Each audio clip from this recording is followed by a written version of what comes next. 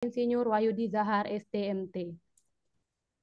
Bagi teman-teman yang baru bergabung, program Si Bima Series ini merupakan salah satu program webinar rutin yang diadakan oleh tim Research and Development yang tentunya dinaungi oleh Bima Sabartum Group.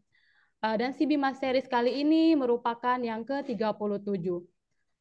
Bima Sabartum Group merupakan perusahaan yang bergerak di bidang konsultan pertambangan, konstruksi, lingkungan, dan berbagai macam bisnis lainnya.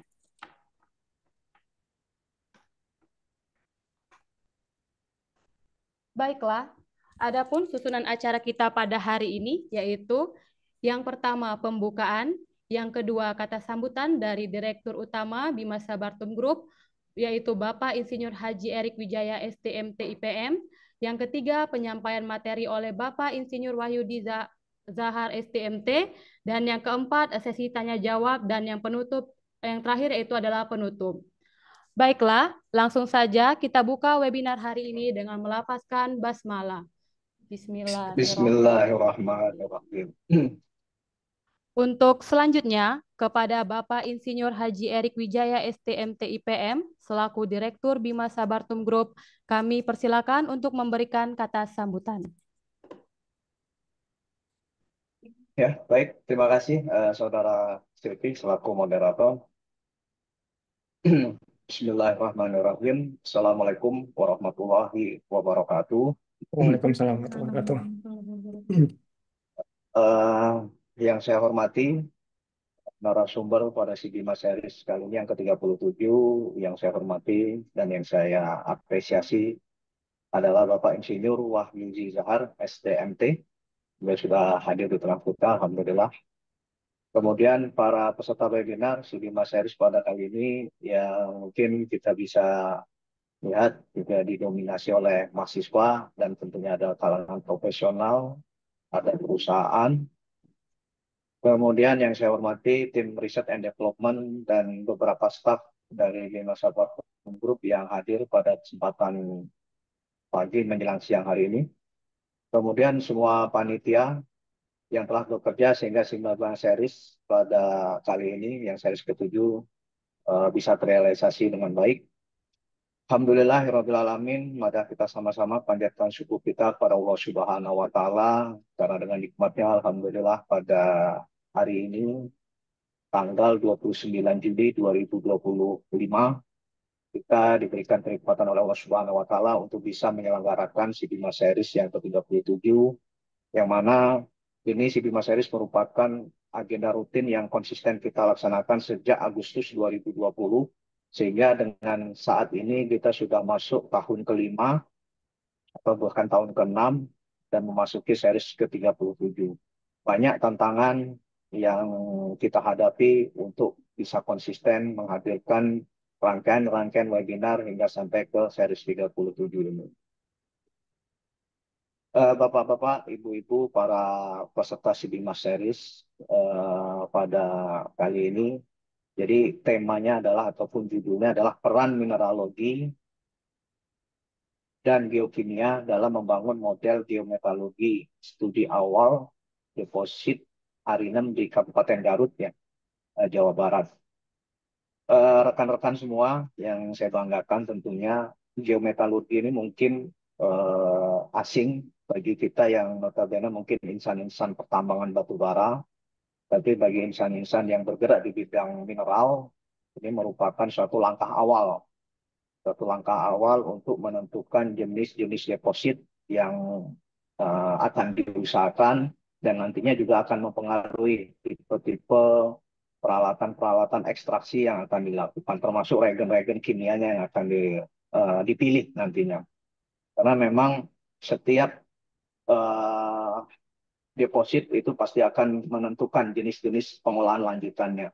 Mungkin di case study di Arinem ini akan berbeda untuk tambang-tambang emas yang ada di Sumatera, mungkin di Bengkulu, mungkin atau di Padang, ataupun di Sumatera Utara. Pun juga akan berbeda dengan tambang-tambang emas yang ada di Nusa Tenggara, tambang-tambang emas yang ada di Sulawesi, itu tentu akan berbeda. Tergantung dari jenis genesa dari batuannya. Nah, ini akan kita bahas nantinya oleh Pak Wahyudi Zahar selaku geometalurgis expert lah, yang intinya kita bisa sharing bagaimana tipe-tipe endapan emas di Arinem Kabupaten Garut, Jawa Barat, sehingga nantinya akan menentukan lah jenis-jenis peralatan pengolahan yang akan dipilih, termasuk reagen kimia. Apakah nanti menggunakan flotasi, apakah menggunakan sianida, apakah nanti akan menggunakan carbon inlets dalam proses pemisahannya dan lain sebagainya. Ini menjadi hal yang menarik gitu, karena teknologi di dalam pemisahan mineral ini sangat banyak, sangat kompleks, dan sangat menarik lah tentunya untuk dibahas pada pagi hari ini. Kemudian kepada Pak Wahyudi Zahar, saya ucapkan terima kasih Pak, dan Iya, apresiasi sama-sama, yang Pak. setinggi-tingginya karena atas kesediaannya untuk berbagi pengetahuan, berbagi knowledge, berbagi risetnya terkait dengan geometalurgi ini. Dan mudah-mudahan nanti banyak dari peserta-peserta Sibimas Series nanti yang bisa berdialog interaktif, sehingga bisa memperoleh gambaran yang lebih baik lagi terkait dengan pertambangan mineral. Kemudian kepada panitia tentunya dalam hal ini apresiasi juga setinggi-tingginya kepada tim R&D, sehingga kegiatan hari ini berjalan dengan baik, berjalan dengan lancar, dan dipersiapkan dengan baik. Kemudian harapannya tentunya semoga Sibimas Series pada hari ini bisa betul-betul bermanfaat bagi rekan-rekan semua, peserta semua, sehingga niatan kami untuk bisa berbagi sharing knowledge kepada para peserta, insya Allah bisa terrealisasi dengan baik dan tentunya menjadi uh, apa amal jariah lah yang terbaik bagi narasumber maupun bagi dari kami yang menyelenggarakan kegiatan Sibimas Series ini. Mungkin itu saja yang dapat kami sampaikan dalam membuka acara Sibimas Series yang ke-37 ini. Kami untuk senantiasa mohon dukungannya agar kami dapat konsisten bisa menyelenggarakan Sibimas Series di seri-seri berikutnya. Ini itu saja, saya tutup. Wabillahi taufiq wal hidayah. Assalamualaikum warahmatullahi wabarakatuh. Waalaikumsalam Waalaikumsalam warahmatullahi wabarakatuh. warahmatullahi wabarakatuh. Terima kasih Bapak atas kata sambutannya. Baiklah, kita masuk ke agenda kita berikutnya, yaitu penyampaian materi. Sebelum masuk ke penyampaian materi, saya izin untuk membacakan CV dari pemateri kita pada hari ini. Untuk pemateri kita hari ini adalah Bapak Insinyur Wahyudi Zahar, STMT. Beliau merupakan spesifikasi keilmuan eksplorasi mineral dan batu bara. Untuk riwayat pekerjaan, beliau merupakan owner dan founder Yuki Decoration dari tahun 2013 sampai dengan sekarang. Beliau juga merupakan dosen program studi teknik pertambangan Universitas Jambi dari tahun 2016 sampai dengan sekarang. Beliau juga pernah menjadi ketua program studi teknik pertambangan di tahun 2018 sampai tahun 2022. Beliau merupakan tenaga ahli DPRD Provinsi Jambi di bidang energi dan pembangunan pada tahun 2018 sampai 2024, sebagai tenaga ahli di beberapa konsultan pertambangan di tahun 2014 sampai dengan sekarang, terutama di bidang AMDAL Migas, Petroskina, Jetstone, dan Pertamina Aset 1, penyusunan dokumen studi kelayakan dan eksplorasi tambang komoditas batubara dan andesit. Beliau juga sebagai anggota tim penyusun panduan dokumen penyusun AMDAL Nasional Kementerian Lingkungan Hidup di tahun 2023. Untuk riwayat pendidikan, Pak Wahyudi ini S1-nya di Teknik Geologi UPN Veteran Yogyakarta pada tahun 2008 sampai 2012, dan juga S2 di Rekayasa Pertambangan ITB pada tahun 2023 sampai 2016. Selanjutnya, Pak Wahyudi sekarang sedang menempuh pendidikan S3 Rekayasa Pertambangan ITB dari tahun 2024 sampai dengan sekarang, dan beliau merupakan profesi insinyur unja di tahun 2025. Untuk keaktifan, beliau aktif dalam pengurusan Pusat Berhapi sebagai Wakil Ketua Bidang Student Chapter Berhapi 2018 sampai 2021. Beliau juga aktif dalam pengurusan Pusat Perhapi, Ketua Bidang Student Student Capture Berhapi 2021 sampai 2024 dan kepengurusan Pusat Berhapi Wakil Ketua Bidang Student Capture Berhapi 2024 sampai dengan sekarang. Dan beliau juga aktif dalam Lurah Beasiswa Pendidikan Indonesia di ITB pada tahun 2024 sampai dengan sekarang. Untuk sertifikasi Badan Nasional Sertifikasi Profesi, beliau memiliki sertifikasi penyusunan AMDAL di PSLH UGM, sebagai yang kedua itu sebagai ahli K3 umum, yang ketiga itu sebagai sales operation, yang keempat mempunyai sertifikasi of public speaking. Wah, luar biasa sekali untuk pemateri kita pada hari ini. Baiklah, kebetulan Pak Wahyudi telah bersama kita sekarang. Assalamualaikum Pak Wahyudi. Ya, Waalaikumsalam Silvi. Selamat siang Bapak. Ya, masih pagi kayaknya ya. Selamat pagi ya. Ya, selamat pagi Bapak, maksud saya. Apa kabar nih Pak? Alhamdulillah sehat. Ini suara saya kedengar jelas nggak di sana ya? Sangat jelas Pak. Sangat jelas ya, oke. Alhamdulillah. Iya. Untuk posisi sekarang di mana Pak? Di Jambi kah atau di Bandung? Ini lagi di lab ya. Jadi kalau di kampus kita punya ruangan ya, dikasih sama kampus. Lab di Bandung ya Pak? Ya, Kampus Bandung berarti di Pak ya? Bandung ya. Oke, oke Pak, siap-siap. Bagaimana Pak? Apakah sudah bisa kita mulai untuk pemaparan materinya? Boleh, ini nanti berapa menit ya? Untuk pemaparan materinya itu di 20 menit Pak, kurang Oke, lebih. nanti kalau misalnya terlalu panjang mohon diingatkan aja ya, biar nanti Eh, agak dipercepat.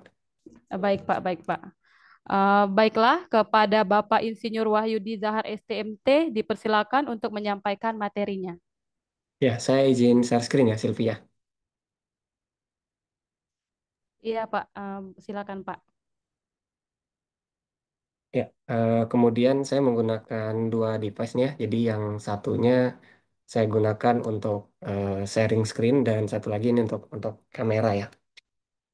Ya, terima kasih pada sahabat Tom Group ya yang telah mengundang dan memberikan kesempatan pada saya nih pada pagi hari ini untuk misi webinar series ke-37 ya. Terima kasih pada eh, moderator dan teman-teman semua juga yang sudah hadir. Kemudian tadi udah dijelaskan ya, saya Wahyudi Zahar sekarang aktif menjadi mahasiswa. Jadi saya mahasiswa sekarang di Institut Teknologi Bandung, tetapi juga masih aktif sebagai dosen pegawai negeri ya di Universitas Negeri Jambi dalam status sekarang tugas belajar. Nah, pada kesempatan ini saya ingin apa ya berbagi lah ya, berbagi bukan mengajar ya. Kalau mengajar mungkin dosen kalian di kampus, tapi saya ingin berbagi aja informasi apa yang sudah saya dapatkan selama studi ya, studi S3 di ITB. Jadi di sini saya membawa judul Peran Mineralogi dan Geokimia dalam membangun model geometalurgi. Studi awalnya di Deposit Arinem di Jawa Barat. Jadi, nah ini sedikit ya. Tadi udah dijelaskan juga CV saya. Jadi tadi ada typo ya. Saya S2-nya di 2013 sampai 2016. Kemudian sekarang lanjut di 2024, jadi ini masuk semester 2 sebagai mahasiswa program studi Dokter Rekayasa Pertambangan.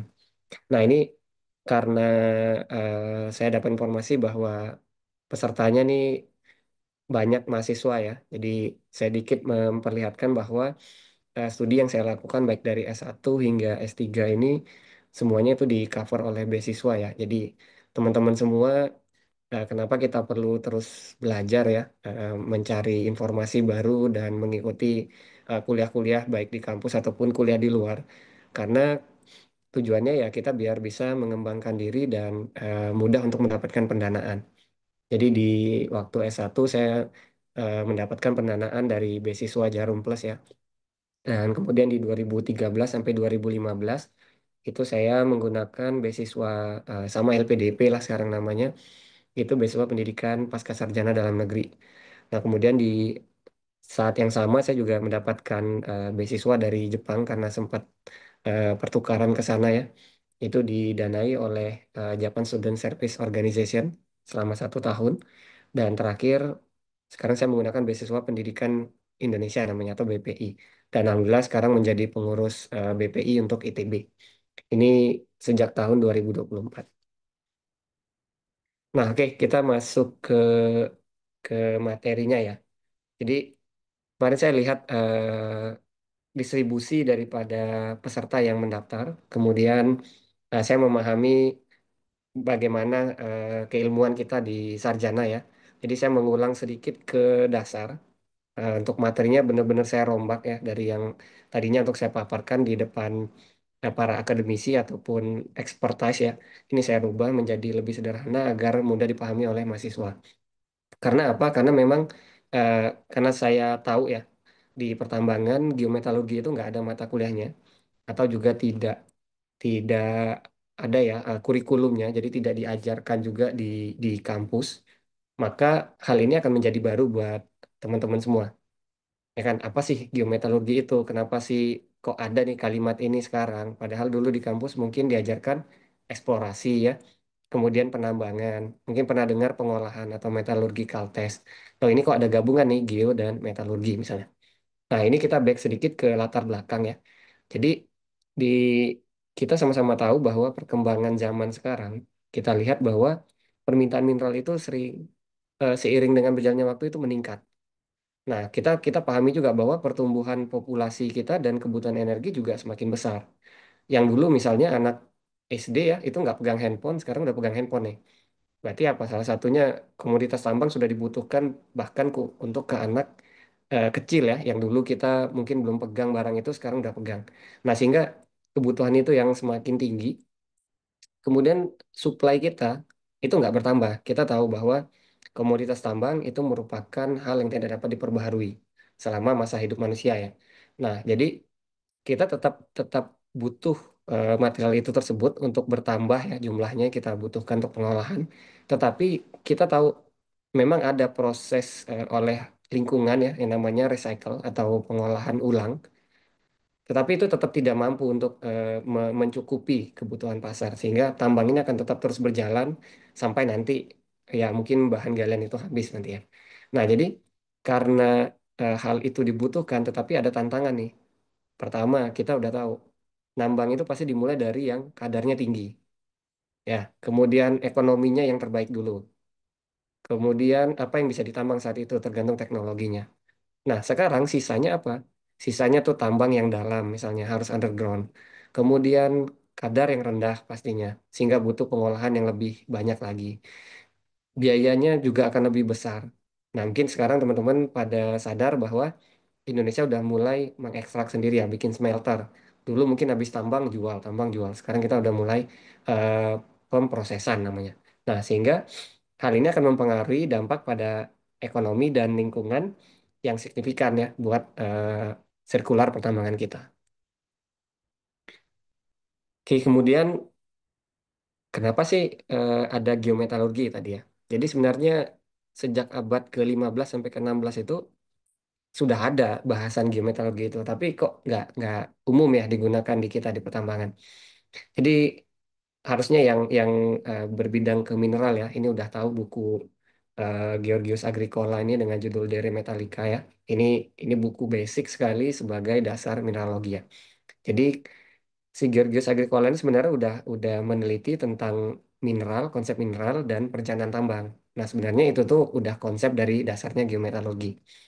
Nah, kemudian konsep itu sendiri atau istilahnya si geometalurgi dikeluarkan itu baru di abad ke-16 akhir sampai ke-17. Itu oleh si McQuiston dan Bicot ya. Jadi eh, karena adanya perkembangan dari geometalurgi ini, perkembangan saat ini yang kita lihat di tahun 2020 ke atas lah ya, yang di masa hidup kita sekarang, ini perkembangannya semakin cepat lagi. Kalau dulu mungkin teman-teman tahu yang mungkin ada yang geologi ya, yang join, kita mendeskripsikan batu mungkin masih pakai loop ya atau kaca pembesar. Nah, sekarang itu sudah banyak alat-alat portable lainnya yang bisa mendeskripsi bahkan langsung ke kadar ataupun persentase daripada unsur yang ada. Sekarang juga sudah mulai ada tambahan misalnya SEM ya. SEM ini scan electron microscope. Dia bisa menggambarkan suatu area. Kemudian area itu langsung didigitasi. Kita bisa langsung tahu oh jumlah mineral tertentunya sekian persen. Kemudian ada juga sekarang mungkin di pengeboran ya. Pengeboran itu ada core scanning analysis. Jadi otomatis dari pengeboran langsung dianalisis jenis batuannya. Kemudian juga mungkin ditambah lagi dengan citra satelit dan lainnya. Nah, ini semakin semakin berkembang keilmuan kita, maka akan semakin memungkinkan untuk geometrologi ini semakin aktif atau semakin digalakkan saat ini. Nah, ini eh, sedikit ya saya coba kutip beberapa jurnal. Jadi terkait tentang perkembangan ilmu geometrologi. Kalau tadi kan di abad 16-17 ya, di abad 16-17. Nah, ini kita udah masuk ke abad 20 bahwa geometrologi itu udah banyak diteliti. Tapi hampir ya 99% geometrologi itu dilakukan di luar Indonesia. Ataupun jurnal-jurnal sejenisnya itu bahkan saya belum menemukan kalimat geometrologi di Indonesia untuk dalam bentuk jurnal internasional. Sehingga saya mengelompokkan bahwa ada yang namanya classical method. Jadi classical method ini pengujian geometrologi yang mengintegrasikan data mineral, tekstur, dan ukuran butir. Nah, sedangkan sejak tahun 2020 itu mulai berkembang menjadi expert method. Nah, di expert method ini apa yang ditambahkan? Yang kita tahu adalah uji metalurgi yang memastikan untuk kadar yang diuji nantinya tepat, dan kemudian ada tambahan machine learning. Nah, mungkin teman-teman semua sekarang yang hadir hari ini sudah familiar ya dengan Gemini, ChatGPT misalnya, dan lain sebagainya. Nah, hal tools itu bisa kita masukkan, kita gunakan untuk mengembangkan prediksi yang tadinya masih menggunakan mungkin komputerisasi standar ataupun menggunakan model matematik, sekarang udah bisa ditambah dengan bantuan AI. Nah, ini apa ya, ide yang akan saya coba kembangkan di Indonesia nantinya, tapi dalam jangka panjang ya, masih dalam 2 atau 3 tahun ke depan. Nah, tadi saya cerita bahwa ini karena banyak mahasiswa ya, jadi saya balik nih kayak ngajar gitu. Jadi di sini ada saya gambarkan proses umum dari pengolahan biji ya, biji hingga menjadi logam. Ini untuk feedback aja, review aja ya, biar ingat kembali sebelum nanti ke slide selanjutnya.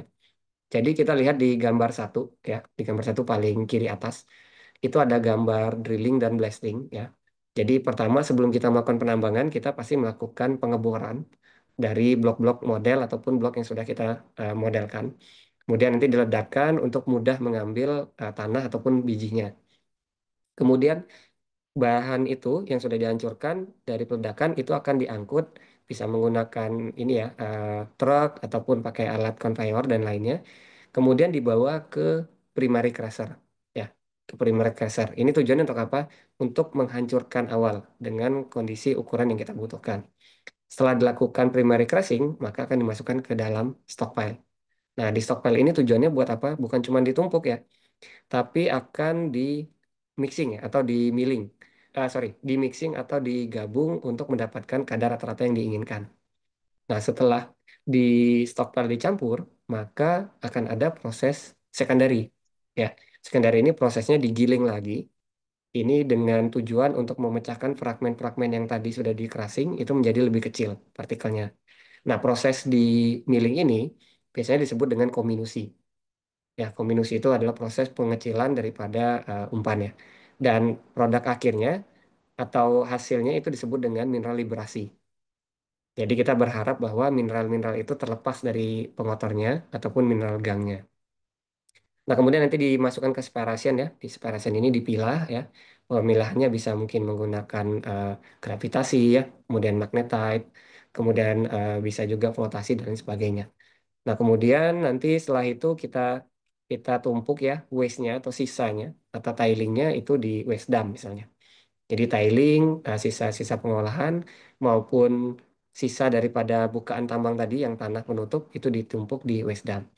Kemudian di nomor 9 ya, tiling disposal juga diletakkan dan 10 dan 11 itu mulai ke pengolahan metalurgi.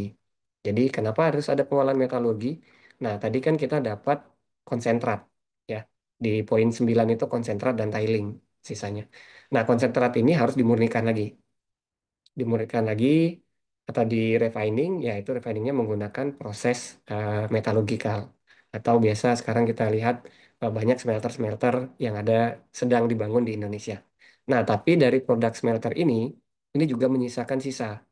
Nah, sisanya itu bukan disebut dengan tiling ya, tapi disebut dengan residu. Karena sisa hasil refinery. Nah, sisa ini biasanya berupa kerak, debu, dan lain sebagainya, atau cairan. Ini biasanya dibuang di sekitar daripada si proses pengolahannya. Nah, ini ya buat teman-teman yang nanti, karena kita akan lanjut ke materi selanjutnya. Nah, tadi kita saat pengolahan kita ada bahas nih, ada biji ya, ada biji yang diolah. Jadi kenapa biji itu harus diolah gitu loh. Jadi biji itu adalah mineral yang bisa kita ekstrak logamnya ya, dan dia bernilai berharga. Nah, kenapa sih tadi di proses penambangan kok panjang, Pak? Padahal kita tahu nih, ada, saya ambil contoh penambangan emas nih. Warga kampung aja bisa nih datang ke sungai, terus cuman modal apa sih, nampan lah ya, atau apa, alat dulang. Terus di dulang sebentar dia sudah langsung dapat emasnya, bahkan bukan biji lagi, tapi udah emas yang didapatkan. Sedangkan dalam proses penambangan tadi kita nggak bisa langsung dapat emas. Kita harus crushing dulu, kita secondary crushing, terus kita pisahkan, kita campur, dan terakhir bahkan harus kita masukkan ke smelter. Nah, itu karena apa? Karena logam yang kita dapatkan itu dalam bentuk mineral biji melalui pertambangan ya. Misalnya emas itu ada kalaferit sama silvanit. Nah, sedangkan kalaferit dan silvanit ini dia berikatan. Misalnya kalaferit itu ya berikatan emas dengan tellurium ataupun silvanit berikatan dengan tembaga misalnya. Nah, ini harus dipisahkan agar kita mendapatkan emasnya saja. Beda sama yang tambang masyarakat tadi, dia udah mendapatkan emas yang disebut dengan emas native. Nah, persentase logamnya ini adalah 100% gitu. Itu yang berbeda kenapa tambang ini prosesnya menjadi panjang. Nah, kemudian ada mineral gang ya. Mineral gang ini mineral yang dianggap tidak berharga, tidak bernilai ekonomis. Ya, dia berasosiasi atau terdapat bersama dengan mineral biji. Nah, bagaimana sih misahin si mineral biji dan mineral gang tadi? Ya tadi selama proses yang panjang tadi itu dipisahkan baik secara fisik ataupun secara kimia atau disebut dengan fisikokimia ya. Kemudian nanti jika diperlukan produk pemurnian atau refinery tadi itu ditambahkan ke proses kimia lanjut. Jadi makanya proses itu lengkap ya, fisika, kimia dan kemudian kimia lanjut.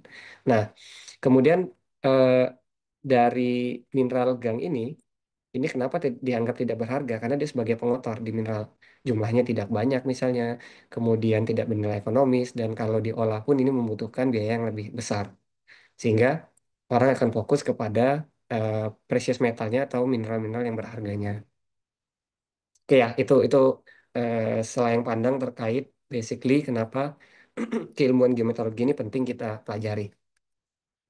Nah, ini saya kutip dari salah satu PPT-nya Pak Andi Yahya ya. Ini mengenai tentang geometalurgi. Jadi menurut beliau, geometalurgi itu merupakan metode interdisiplin. Jadi kalau teman-teman mungkin ada tahu ada teknik geologi ya, makanya saya basically S1 teknik geologi. Kemudian kalian tahu ada teknik pertambangan. Nah, kemudian kalian juga tahu mungkin ada teknik metalurgi. Ya, jadi ada tiga prodi yang berhubungan dengan tambang secara langsung. Nah, ini dibilang di sini bahwa metode interdisiplin menghubungkan geologi, mineralogi, dan karakteristik geokimia dan endapan mineral. Kemudian geometriologi itu meliputi apa saja? Variabilitas atau keanekaragaman dari mineral ataupun biji. Kemudian tekstur dan kekerasan itu sangat berpengaruh. Dan terakhir adalah karakteristik dari pengujian metalurginya. Biasanya diaplikasikan untuk apa sih geometriologi ini?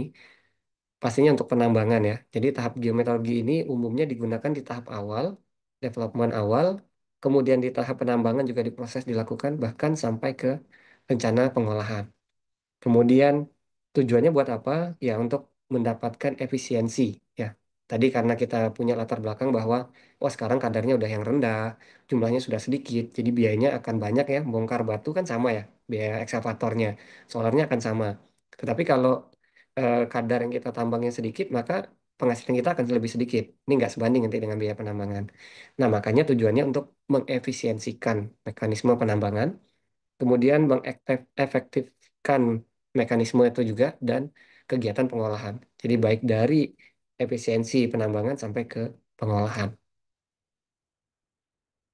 Ya, saya lanjut ya. Ini aja udah berapa menit nih.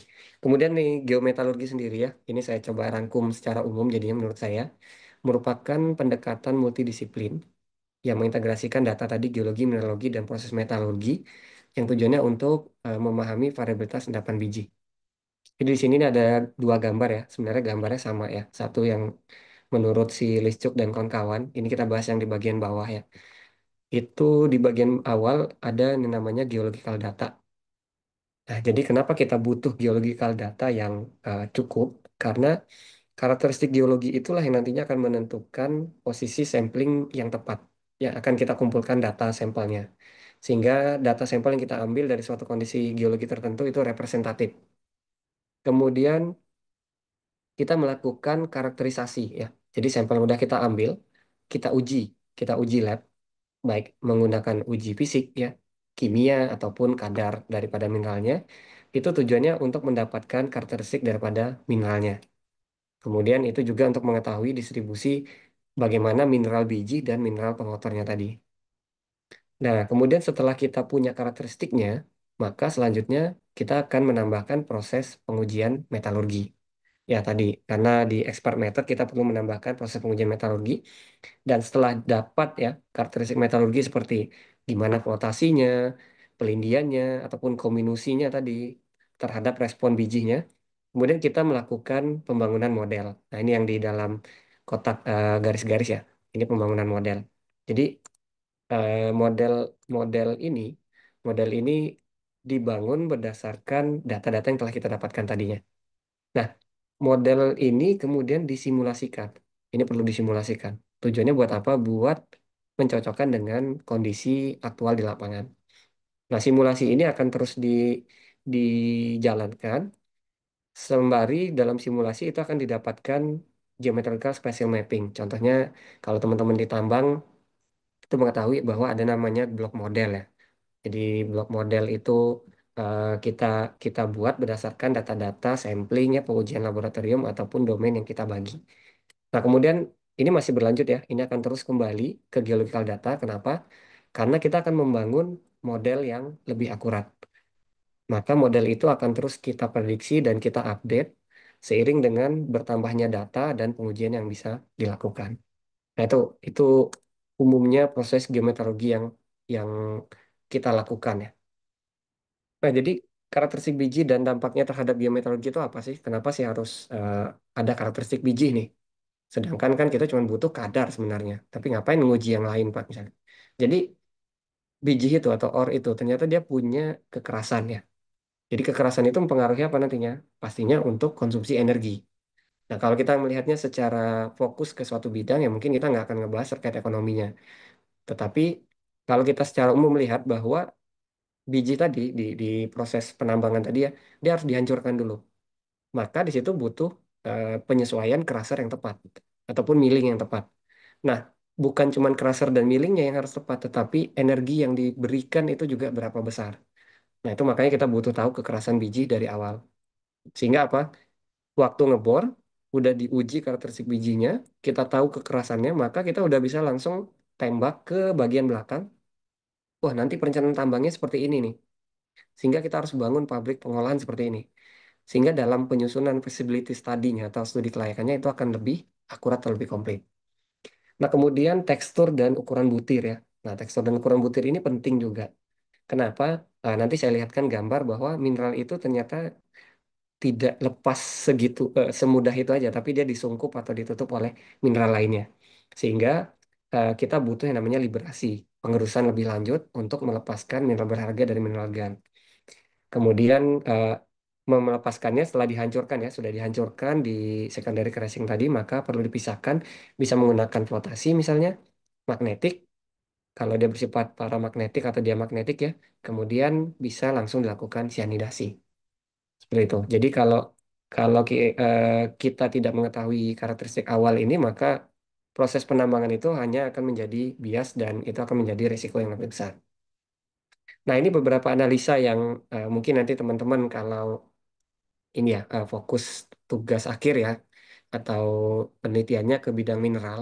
Jadi mineral itu pasti nggak akan lepas dengan yang namanya mikroskopi optik ya. Analisis mineralogi berupa mikroskopi optik. Kemudian ada analisis XRD atau X-ray diffraction ya. Ini tujuannya untuk kita apa ya pendeteksi menggunakan sinar X dan kita mendapatkan unsur. Jadi unsur ya kita dapatkan kayak berapa unsur sulfur, berapa unsur emasnya dan lain sebagainya.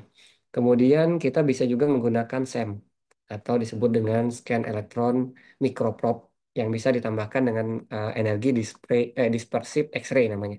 Jadi dengan adanya SEM ini hasil akhirnya nanti berupa gambar yang sangat detail dari suatu mineral sehingga kita bisa melihat bentuk kristalnya. Jadi kalau di mikroskop mungkin teman-teman pernah lihat di bawah mikroskop binokular ya, kita bisa juga lihat belahan, pecahan suatu mineral.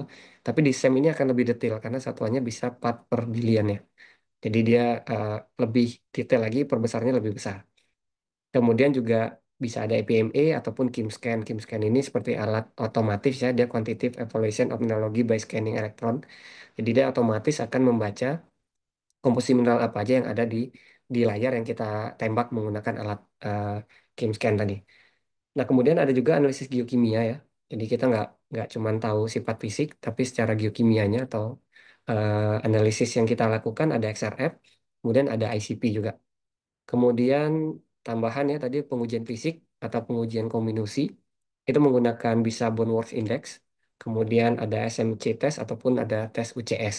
Ini mungkin teman-teman yang di bidang geotek juga sudah memahami terkait uji ini. Nah, terakhir ada pengujian metalurgi lainnya. Jadi pengujian metalurgi ini adalah pengujian tambahan ya. Biasanya bisa berupa leaching ya.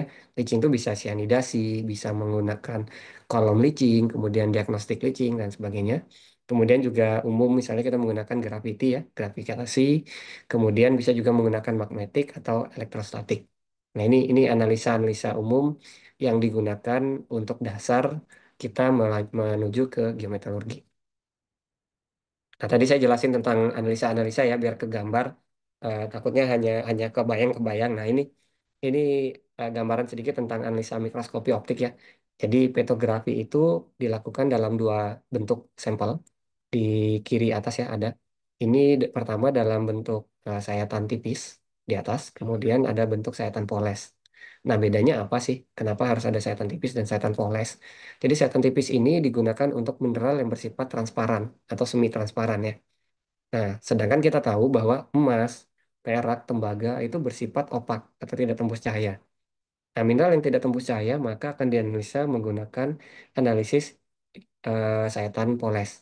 Jadi nanti bentukannya di bawah mikroskop nih, yang kiri atas yang saya eh, kursor sekarang ini merupakan pengamatan mineral menggunakan sayatan tipis. Ya, ini bersifat transparan, jadi kita bisa melihat mineral-mineral yang bersifat transparan. Kemudian di sampel selanjutnya, gambar selanjutnya, ya, di bagian bawah terutama, ini kita bisa lihat bahwa mineral opak atau dikodekan dengan PI atau pirit ya. Nah, ini mineral opak hanya bisa dilihat dengan mikroskop sama mikroskop optik polarisasi, tetapi dengan cahaya yang dipantulkan. Kalau tadi dia diteruskan. Nah, ini dua hal yang harus basic diketahui buat teman-teman semua ya, bahwa mineral itu tidak semuanya bisa diamati dengan satu jenis analisis. Nah, ini menjawab kenapa sih tadi analisisnya ada banyak Pak yang harus dilakukan. Kenapa tidak bisa hanya menggunakan satu analisis saja? Nah, karena ciri khas dari suatu mineral itu tidak hanya bisa diidentifikasi dengan satu jenis analisa saja. Nah, ini tadi juga tambahan kenapa kita perlu ngancurin mineral nih tadi. Nah, ini saya coba kutip dari jurnal ya. Jadi ini ada studi kasus liberasi mineral spalerit ya. Jadi spalerit ini yang warna ungu. Ya, buat teman-teman tahu bahwa spalerit ini kalau kita ingin menambang seng ya. Jadi biji seng itu namanya spalerit salah satunya. Rumus kimianya Zn ya. Nah, ini contoh analisa menggunakan SEM backscatter ya. Dalam peta mineral menunjukkan variasi derajat liberasi spalerit akibat kombinasi dia menunjukkan baik, buruk, dan sangat buruk. Nah, ini kita lihat gambar A dan B ini hanya pemberian warna ya. SEM aslinya itu yang warna hitam. Kemudian diberikan pewarnaan. Yang warna ungu ini adalah spalerit. Nah, jadi anggap aja spalerit ini emas misalnya ya. Jadi masyarakat ataupun tambang rakyat tadi itu menambang emas yang sifatnya seperti ini. Yang sudah lepas nih bebas nih warnanya ungu semua atau gold semua warnanya. Nah, tetapi gimana dengan kondisi yang CD dan EF misalnya? CD ini udah moderate ya, udah menengah. Ini cukup buruk ya. Misalnya spalarit itu berikatan dengan silikat ya, warna hijau. Kemudian bisa ada juga alkopirit. Nah, ini kan nggak mungkin kita bilang kadar emasnya 100% atau 99%. Nah, maka yang ungu dan hijau ini harus dipisahkan. Bagaimana misahkannya? Maka kita harus tahu besar partikel terkecil dari si ungu ini berapa dan hijau berapa. Sehingga kita akan menghancurkan sesuai dengan partikel terkecilnya. Nah, nanti baru dipisahkan. dengan flotasi atau gravitasi tadi, ataupun bisa menggunakan pengolahan lainnya. Tujuannya apa? Sehingga bisa kita pisahkan nanti hijau dan ungu. Ya, jadi dihancurin dulu secara halus. Nah, yang EF ini kasusnya lebih ekstrim lagi. Yang ungunya bukan lagi terlihat di luar, tapi terkurung ya di dalam mineral-mineral lainnya, misalnya di dalam feldspar. Nah, ini kita nggak bisa nih langsung tiba-tiba, oh mau ngancurin aja. Ya, kalau ada mineral spaleritnya dalam feldspar tadi, ya, maka butuh analisa tambahan. Misalnya kita butuh laser ablation misalnya. Kita tembak si mineral feldspatnya, kita lobangi dulu, sehingga kita bisa tahu di bagian dalamnya, oh ada mineral emas atau spalerit misalnya. Nah, ini analisa-analisa tadi yang saya bahas kenapa kita butuhkan dalam proses geometrologi. Nah, ini apa ya, secara umum reviewnya ya. Jadi saya coba kelompokin. Ini juga saya ambil dari jurnalnya Parian dan kawan-kawan tahun 2015. Ini nanti teman-teman kalau mau menganalisis tentang geometrologi bisa gunakan pengelompokan ini ya. Misalnya untuk tahu unsur komposisi, itu kita bisa metode analisis XRF, misalnya AAS dan lain sebagainya. Kemudian kualitatif mineralogi juga ada ya di situ, ada XRD ataupun mikroskopi optik. Kemudian kuantitatif ya, bisa menggunakan KIM-scan tadi.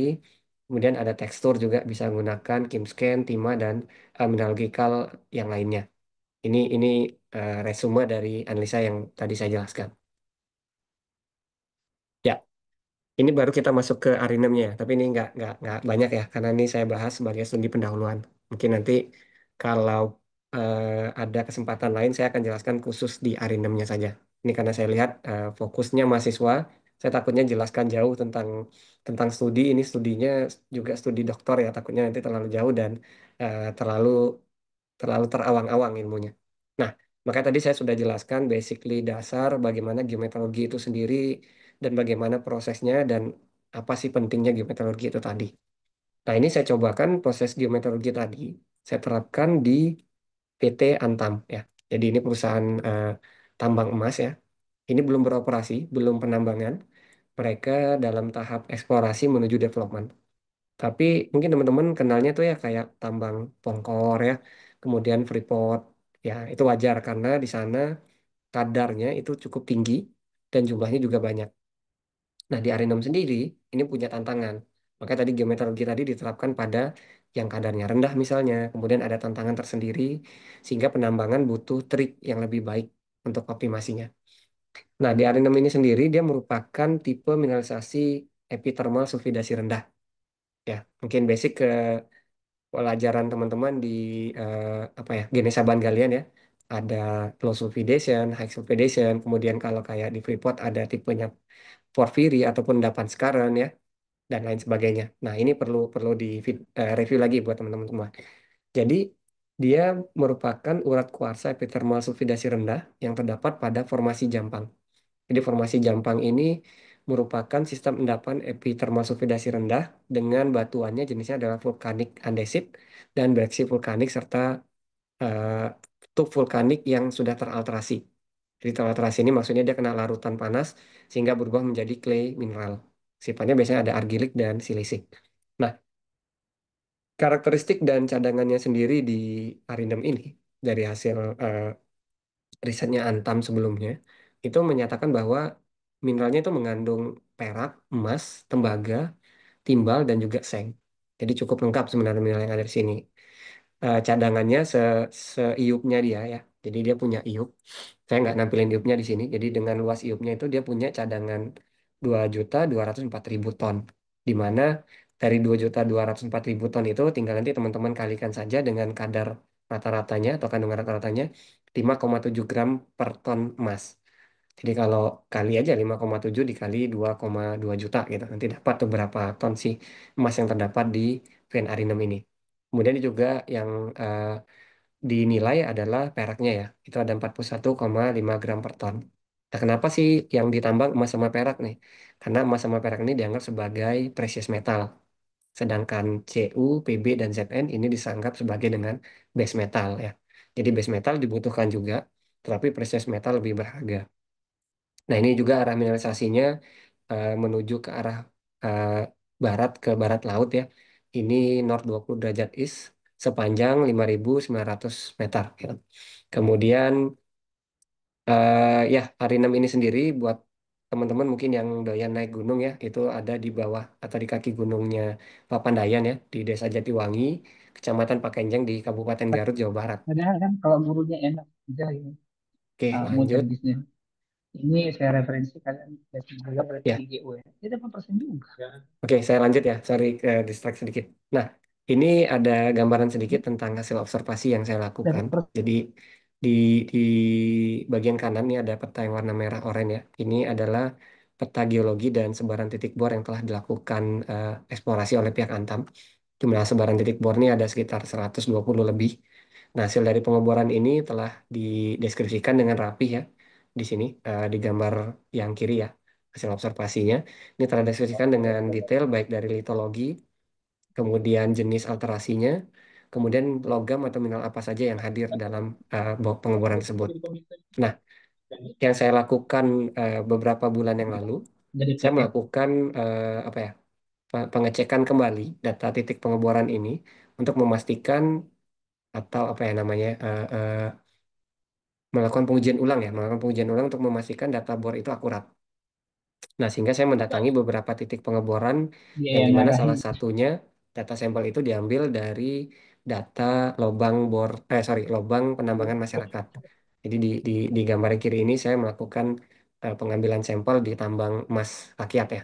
Jadi masuk ke dalam kedalaman 60 meter, kemudian diambil urat veinnya.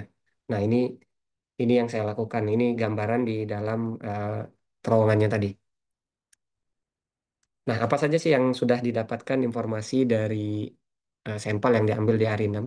Ya, karena tadi tahapnya panjang ya, saya jelasin bahwa ada tekstur mineral, karakteristik, geokimia, kemudian pengujian metalurgi, dan selainnya. Nah, untuk tahap-tahap yang baru saya lakukan adalah merupakan analisis megaskopisnya. Jadi saya ingin jelasin dikit di sini bahwa mineral itu ataupun vein itu di alam itu bentuknya nggak cuma sekedar suatu urat putih ya, tetapi dia punya tekstur.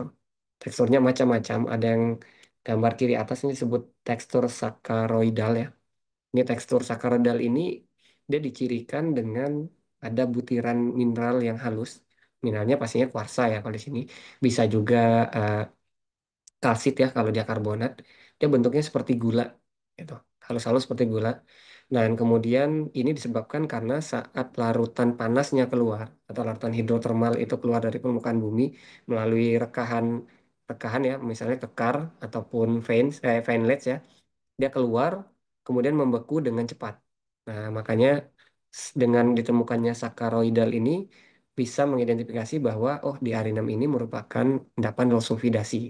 Kenapa low sulfidasi, Pak? Karena low sulfidasi itu dia lebih banyak berinteraksi dengan suhu di permukaan atau bisa bercampur dengan air meteorik. Nah, kemudian ada juga ketemu yang di bawahnya ini crustiform ya, crustiform yang di bawah kiri. Nah, tekstur crustiform ini dia teksturnya seperti mineral yang seperti pelapisan ya, seperti bending, dan dia terlihat bertahap pembentukannya dari pinggir dinding hingga ke tengah. Jadi dia crusty dan dia punya tekstur berlembar ya, gitu. Kemudian yang bagian kanan bawah itu ada namanya tekstur comb atau biasa kita bilang tekstur sisir ya. Jadi mineralnya tumbuh sejajar kayak gigi gitu. Dia kayak gigi tumbuh dari dinding batuannya atau dari dinding rekahannya menuju ke bagian tengah rekahan.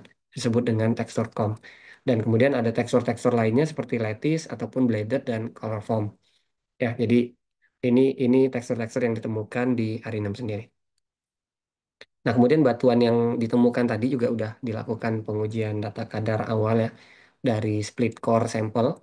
Itu kita ketahui bahwa ternyata kadar emasnya ini 0, ya dalam ppm ya. Jadi sangat sangat kecil. Jadi kalau teman-teman tahu sebenarnya ada dulu eh, pelajaran mungkin di mineralogi ada namanya konsentrasi Clark ya. Jadi itu adalah batas minimum bahan galian itu bernilai ekonomis untuk ditambang gitu. Nah, ini masih belum dibilang ekonomis karena terlalu kecil ya untuk emasnya. Kemudian untuk peraknya juga ini dianggap kecil karena emas sendiri biasanya bernilai ekonomis untuk ditambang itu antara di atas 3 ppm.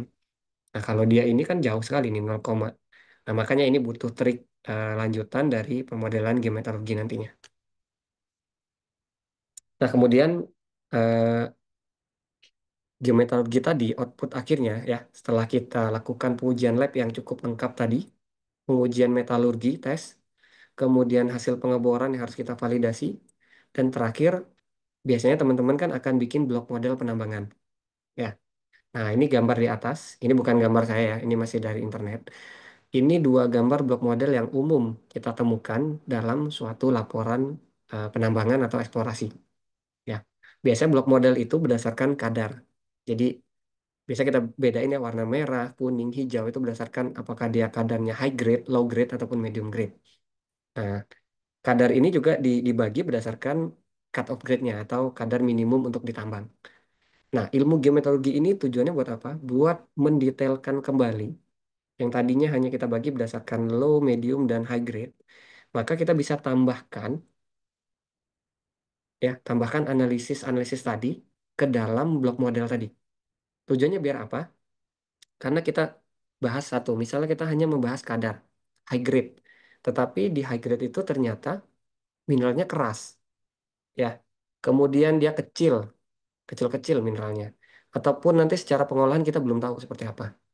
Jadi walaupun dia high grade, diolah dengan metode yang tidak tepat, maka akan lebih banyak apanya yang sisa? Waste-nya atau tailingnya. Nah, makanya teman-teman mungkin lihat di berita ya. Sekarang penambangan mulai menambang tailing kembali. Nah, itu sebenarnya kenapa tailing ditambang kembali? Karena teknologi kita udah bisa menambang yang kadar rendah, tetapi saat itu kadar rendah itu dianggap sebagai waste sehingga dibuang. Tapi bagaimana kalau kita sekarang udah bisa memisahkan antara kadar rendah itu juga sudah dianggap ekonomis dan kita sudah bisa memprediksi juga sistem pengolahannya. Walaupun sistem pengolahannya belum se-expert yang kita inginkan, mungkin waste tadi yang tadinya jadi waste atau kadar rendah itu bisa kita simpan dulu di pot tertentu atau di stockpile tertentu yang nantinya mungkin 5-10 tahun lagi bisa diolah atau diekstrak pemurniannya. Nah, sebenarnya ilmu geometrologi ini udah berkembang di luar sangat pesat. Makanya kenapa Amerika misalnya, Jepang dan lain sebagainya itu berani membeli konsentrat dari Indonesia. Karena sebenarnya yang diambil mereka tuh bukan cuma emasnya atau peraknya, tapi mereka mengambil mineral-mineral lainnya yang konsentratnya misalnya kadarnya rendah dibelinya dengan harga murah, padahal dia diolah, refineringnya tetap juga akan maksimal. Nah itu, karena mereka udah menerapkan ilmu geometrologi ini tadi. Itu ya. Nah, biar nggak begitu lama ya, ini kayaknya udah lebih 20 menit nggak diingatin nih. Ya, di kesimpulan akhir, jadi karakteristik mineralogi dan geokimia itu merupakan pondasi utama dalam bangun model geometrologi yang akurat. Jadi buat teman-teman yang ditambang, pesan saya, jangan pernah skip mata kuliah mineralogi ya, maupun geokimia. Jadi walaupun kimia yang ngajar, mungkin dosen kimia itu jangan pernah di skip. Karena apa? Karena itulah yang menjadi dasar yang harus kita validasi untuk kita buat dalam bentuk perencanaan tambang. Jadi bahasa bahasa simpelnya gini, kalau kita nggak tahu apa yang diberikan sampelnya dari tim geologis kepada orang tambang, maka ya sama aja kita sampah yang kita olah dan hasil akhirnya juga akan merupakan sampah. Nah, kemudian variasi tekstur biji, seperti jenis mineral biji, gang ya, serta asosiasi antar mineral itu sangat mempengaruhi proses pengolahan nantinya, seperti kombinasi, flotasi, dan pelindian. Kemudian kita butuh namanya integrasi data analitik. Nah, jadi makanya mungkin skripsi teman-teman tuh bisa aja ya, hubungan antara variabel X dengan Y misalnya, atau X, Y, dan Z misalnya gitu ya. Makanya ada statistik, ada regresi, dan lain sebagainya di dalam analisis tambang. Makanya kita disebut sebagai teknik pertambangan, bukan orang tambang gitu. Maka kita memasukkan variabel matematika di dalamnya. Nah, dan terakhir, geometalurgi itu merupakan optimalisasi proses pengolahan dan pengelolaan tiling secara lebih ekonomis dan berkelanjutan. Nah, semoga ilmu geometalurgi ini di Indonesia sendiri nanti bisa berkembang terus dengan lebih baik, lebih banyak lagi penelitian tentang geometalurgi sehingga apa? Hasil bumi kita bisa kita manfaatkan di Indonesia sendiri dan tidak banyak menyisakan kerusakan lingkungan. Itu eh, penutup ya dari slide terakhir saya.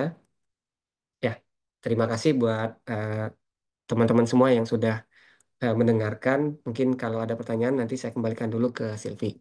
Ya, terima kasih Silvi. Baik, Pak. Terima kasih kepada Pak Wahyudi atas pemaparan materinya yang sangat inovatif dan juga sangat bermanfaat.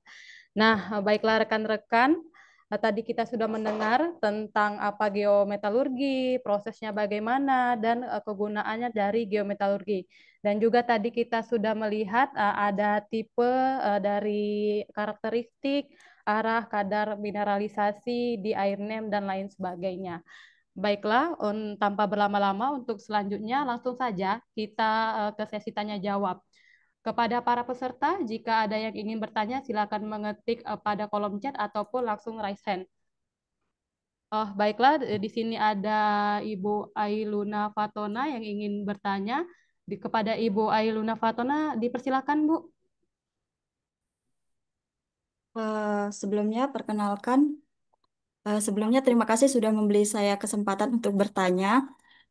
Sebelumnya perkenalkan saya Ainuni Fatona, mahasiswa Teknik Geologi Universitas Jambi.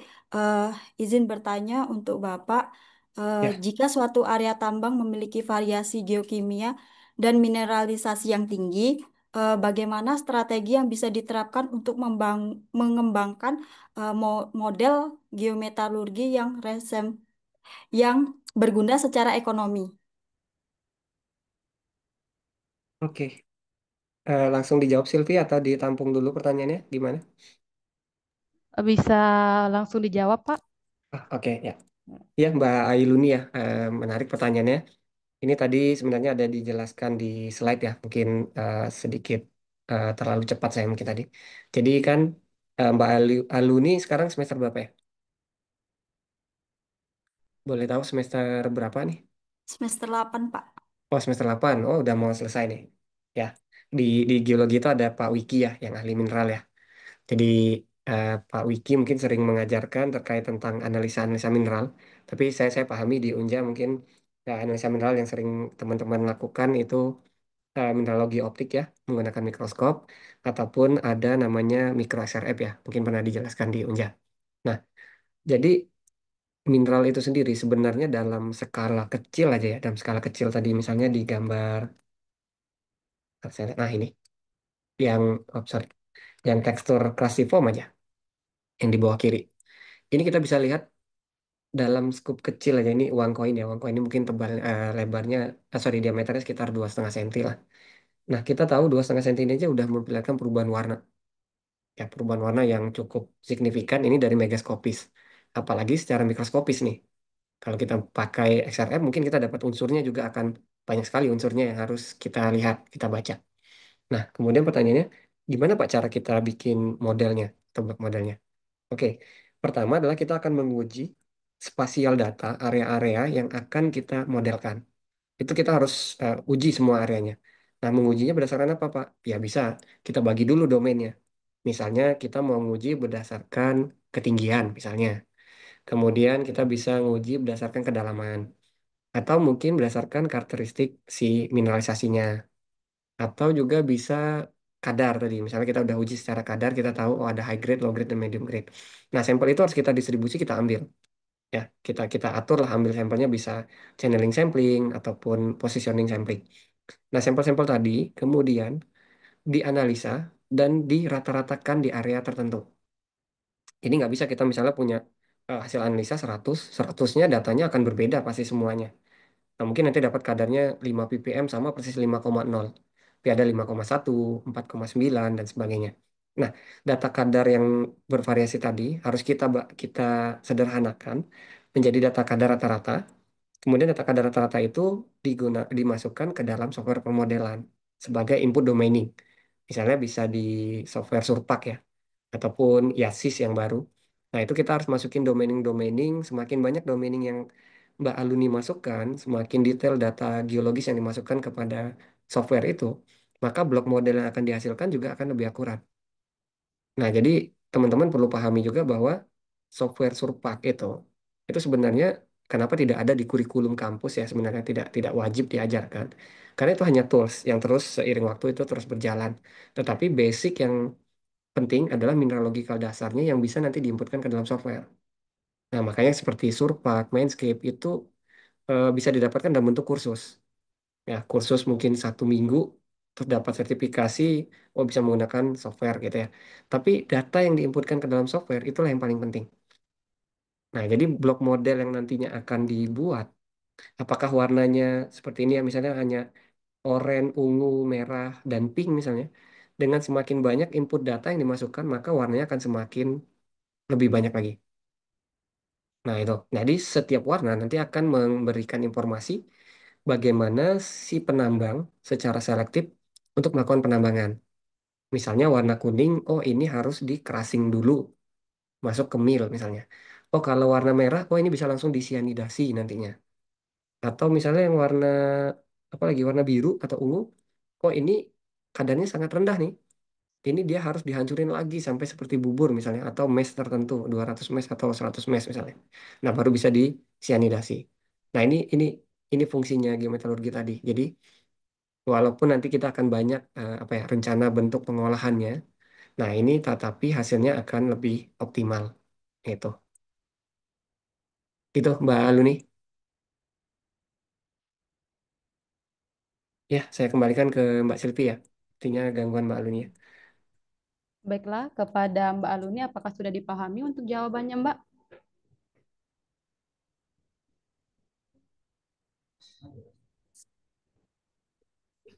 Mbak Aluni? Baiklah, sepertinya untuk pertanyaannya sudah menjawab ya, Pak dan Mbak Aluni. Selanjutnya, kepada para peserta, jika ada yang ingin bertanya lagi, silakan mengetik pada kolom chat ataupun langsung raise hand. Berikut ini sepertinya ada pertanyaan dari kolom chat dari Pak Januar Evandi. Izin bertanya Pak, untuk endapan placer sungai, apakah bisa digunakan geometalurgi untuk membuat model endapannya? Ya, oke. Saya coba langsung jawab ya. Jadi kalau endapan sungai atau endapan placer ya, ini kita udah langsung dapat emas yang dia tidak terikat lagi atau sudah terliberasi dengan baik ya. Jadi ada gambar tadi ya mungkin ya. Nah ini. Jadi emas yang ada di endapan placer, baik emas maupun apa misalnya timah, timah placer ataupun yang lainnya ya, atau biji besi, itu sudah terliberasi dengan baik. Nah, yang kita butuhkan di placer itu hanya lagi pengujian karakteristik mineraloginya aja. Dari mana batuan asalnya, sumbernya, kemudian kemana arah sebarannya.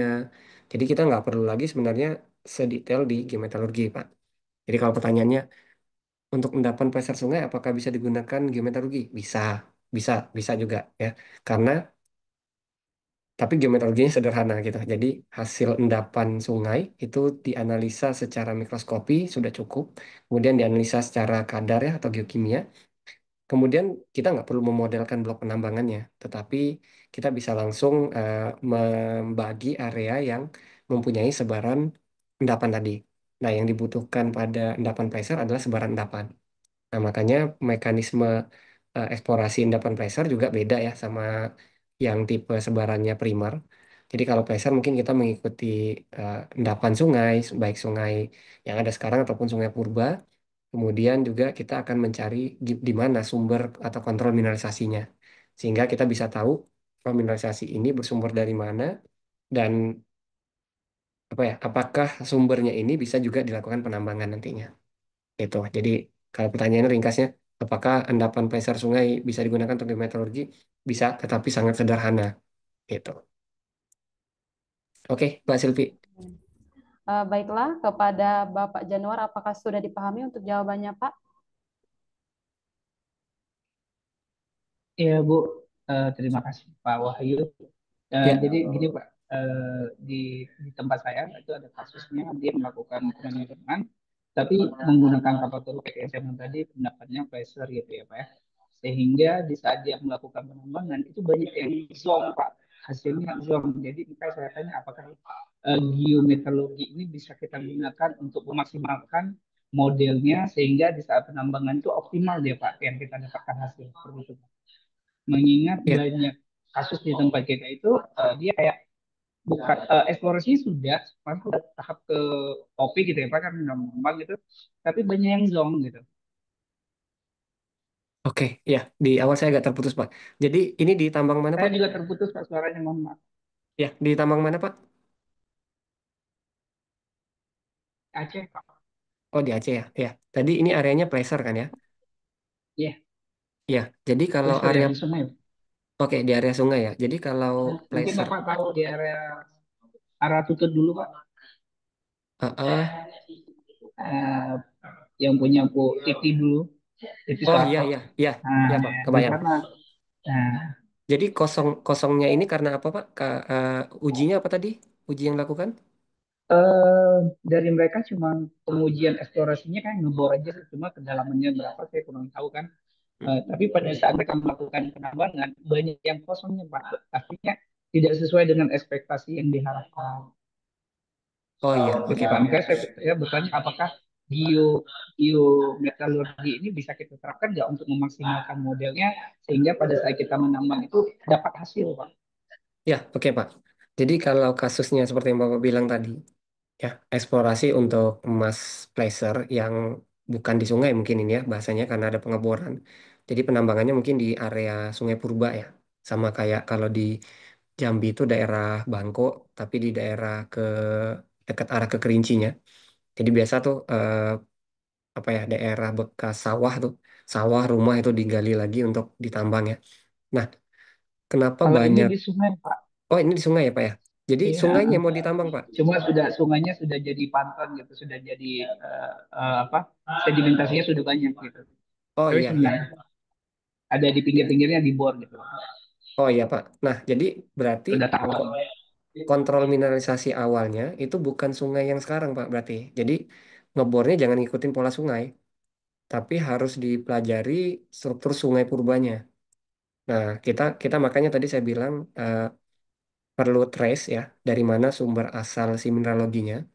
Apakah dari Hmm. gunung yang sekarang tererosi oleh sungai yang ada sekarang, sehingga harusnya kalau kita ngebor di pinggir sungai itu dapat endapannya. Tetapi bisa jadi bor yang jauh dari sungai malah dapat endapan emasnya nanti. Atau bisa kita sebut tuh sungai purbanya. Nah, kemudian kalau dibilang geometalurgi ya, jadi geometalurgi itu sebenarnya secara umum ya keilmuan yang menggabungkan antara geologi, penambangan, dan metalurgi ya. Nah, sedangkan di endapan placer sendiri atau endapan yang sudah terbebas tadi, kita tidak lagi melakukan proses metalurgi di sini.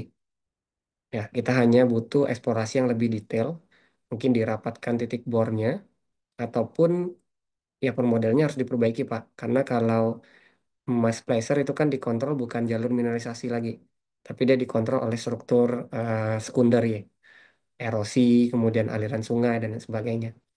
Nah, kalau mau diuji lab sebanyak apapun, ya kalau sampelnya nggak ditemukan ya berarti nggak bisa diuji, Pak. Jadi tahapan awal yang perlu diperbaiki adalah yang memperbaiki spasial data pengeboran sama titik pengeborannya. Mungkin tadi pengeborannya tuh posisinya tidak di aliran Sungai Purba, tetapi berada di pinggir sungainya sehingga hasilnya kosong. Gitu Pak Januar. Baik Pak Wahyu, terima kasih. Ya, sama-sama Pak Januar. Nanti kalau perlu diskusi dihubungin aja Pak, biar lebih panjang nanti. Siap Pak Wahyu, itu saya hubungi. Ya.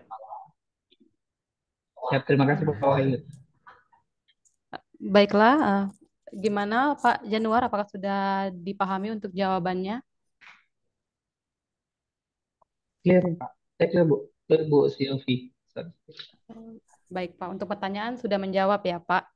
Sudah. Selanjutnya, kami masih menunggu untuk para peserta yang ingin bertanya.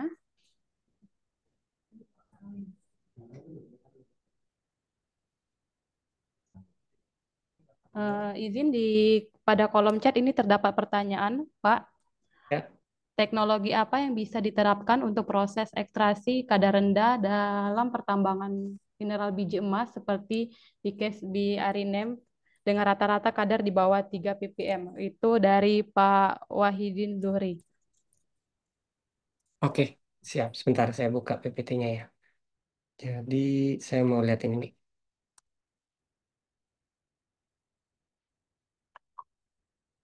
Saya belum share screen ya. Nah,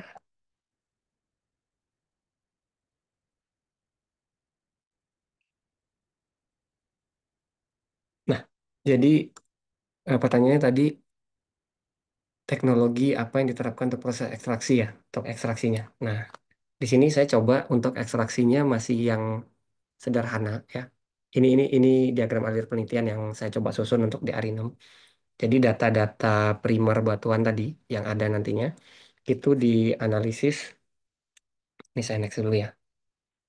Nih, dianalisis untuk mengetahui komposisi unsurnya, kemudian komposisi modalnya. Komposisi modal ini atau mineraloginya ya, bagaimana bentuknya, kemudian jumlahnya berapa, itu bisa pakai mikroskopi optik SRD ataupun SEM tadi. Kemudian tekstur dan sifat fisiknya juga ingin diketahui. Nah, ini dari EPME ataupun SEM. Nah, ketiga informasi ini kemudian akan coba dibikin modelnya dulu. Jadi model yang tadi saya lihatkan ada warna oranye, ungu, biru itu ya, itu akan dimodelkan. Yang kemudian nanti akan diuji prosesnya melalui sianidasi. Nah, kalau teknologi, jadi gini, kalau kita melakukan proses sianidasi ini kan caranya kan disiram ya. Sampel batuan itu, sorry, biji itu disiram ataupun dilarutkan ya mineral berharganya, kemudian nanti ditampung cairannya dan diikat kembali dengan karbon. Nah, sebenarnya dengan teknologi itu aja udah cukup untuk mengekstraksi si mineral yang ada di Arinam sendiri. Nah, sehingga kadar yang rendah tadi itu cukup dengan modal yang bisa kita keluarkan juga minimum. Nah, tetapi gimana cara kita bisa sianidasi dengan perolehannya di atas 90%? Maka kita harus tahu tadi ukuran daripada mineralnya, kemudian karakteristik mineralnya, apakah dia berikatan dengan mineral silika, atau berikatan dengan karbonat ya, atau berikatan dengan mineral lainnya. Kemudian sifatnya sendiri, apakah dia terselubung oleh mineral sulfida misalnya. Sehingga kalau dia terselubung, maka sulfidanya harus dihancurkan dulu atau dibuka mineralisasinya. Kemudian juga eh, kita harus tahu juga sebarannya tadi. Nah, sehingga berapa banyak reagen yang perlukan atau besar konsentrat yang dibutuhkan dari reagen tadi untuk apa ya, melepaskan ikatan kimia dari suatu mineral. Nah, ini fokus di metalurgi sendiri. Jadi, makanya saya di sini kalau ditemukan perolehan si hasil sanidasi ini tidak sampai dengan 90% atau tidak berhasil, maka akan dilakukan asesmen refraktori. Nah, asesmen refraktor ini apa? Maka akan coba lagi dipelajari kembali, kan kita lihat poin geometalurgi tadi ya, dia balik lagi ke atas untuk dilakukan karakteristik ulang, apa yang menyebabkan si emas ini tidak bisa terlepas dengan sempurna dari batuan bijinya. Apakah dia masih terselubung, apakah dia masih kompleks terikat, atau bahkan seperti apa kasus emasnya. Nah, jadi seperti itu. Jadi kalau pertanyaannya teknologi apa ya? Teknologi cukup sianidasi aja. Karena ini teknologi yang umum digunakan untuk proses pengolahan emas atau biasa disebut dengan pelindian ya. Itu. Oke, Silvi. Ya Pak, baik. Gimana kepada Pak Wahidin? Apakah sudah menjawab untuk pertanyaannya Pak?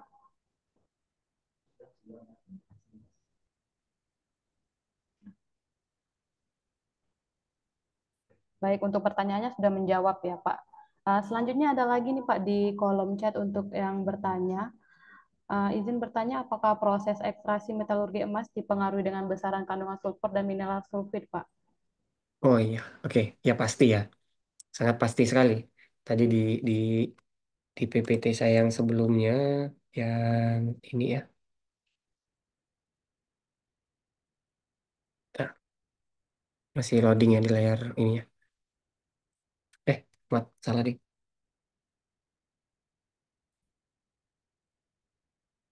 Ya, yang ini tadi. Nah, apakah ekstraksi metalurgi emas dipengaruhi dengan besar kandungan sulfur dan mineral sulfat? Pasti, pasti sekali. Jadi kalau dia diselubungi oleh mineral sulfida, ya kita tahu kayak mana sih reaksi kimia itu terjadi. Ya, reaksi kimia terjadi itu jika ada dua zat kimia yang saling bersentuhan. Nah, jadi kayak mana emasnya bisa tereaksi atau terlepaskan dari sulfida kalau emasnya sendiri itu terselubung ya, disungkupi oleh mineral sulfida tadi. Nah, sehingga proses ekstraksi metalurgi itu sangat dipengaruhi kandungan-kandungan mineral gang tadi ya. Mineral sulfida ataupun sulfur ataupun biasa berupa pirit misalnya atau kalkopirit atau kalkosit semuanya itu akan mempengaruhi si apa ya? Si besaran recovery yang bisa didapatkan. Nah, jadi kita perlu perlu melepaskan si mineral sulfur tadi atau mineral sulfida tadi sebelum dilakukan uji metalurgi. Nah, kalau nggak dilepas gimana, Pak? Ya udah dia jadi waste, jadi tiling. Karena apa? Karena yang kita harapkan besar dari 90% recovery-nya tadi itu nggak didapatkan. Makanya kalau misalnya sulfidanya masih ada, itu maka akan dilakukan asesmen refraktori lagi. Dihancurkan lagi, dikecilin, di grinding. Tujuannya biar si mineral sulfidanya terlepas daripada si mineral precious-nya tadi. Gitu. Ya, gitu, Silvi. Baik, Pak. Baiklah kepada Mbak Meta Dinda, apakah sudah menjawab dari jawaban dari Pak Wahyudinya, Mbak? Cukup, Bu. Baiklah, terima kasih. Oke, kami masih menunggu untuk para peserta yang ingin bertanya, bisa langsung pada kolom chat atau raise hand. Hmm. Izin Silvi, Pak Yudi sekalian nunggu yang lain nih kalau mau ada yang Siap, bertanya. siap Pak Erik. Pak Silakan Yudi, Bapak. misalnya di suatu deposit tambang raksa ataupun arsenik alami ya. Kalau nggak salah mungkin ada sinapar ataupun ada relgar gitu dalam Oke, bentuk alam. ya. Nah, sedangkan mau nggak mau kan dia berasosiasi emasnya gitu kan di dalam proses penambangan dan dia masuk ke proses mungkin crushingnya gitu. Nah, maksud saya di dalam proses apa ekstraksi metalurginya eh, mineral apa Hg maupun arsennya itu kira-kira terekstraksi nggak Pak? Ketika Ya, kita mengambil emasnya, suatu karena memang di situ ada mineral sinabar sama relgarnya. Gitu. Nah kalau misalnya itu terekstraksi kan mau nggak mau itu ditangkap gitu kan kalau nggak ya bisa menjadi apa logam beratnya kan mencemari kan lingkungan gitu. Tapi kalaupun misalnya tidak, berarti ada pengaruhnya nggak terhadap lingkungan nantinya gitu Pak. Apabila di apa namanya mineral gangnya itu tadi ada relgar sama sinabar gitu. oke, Terima oke. kasih Pak. Siap, siap Pak. Saya paham. Ntar saya liatin gambar satu Pak. Oke.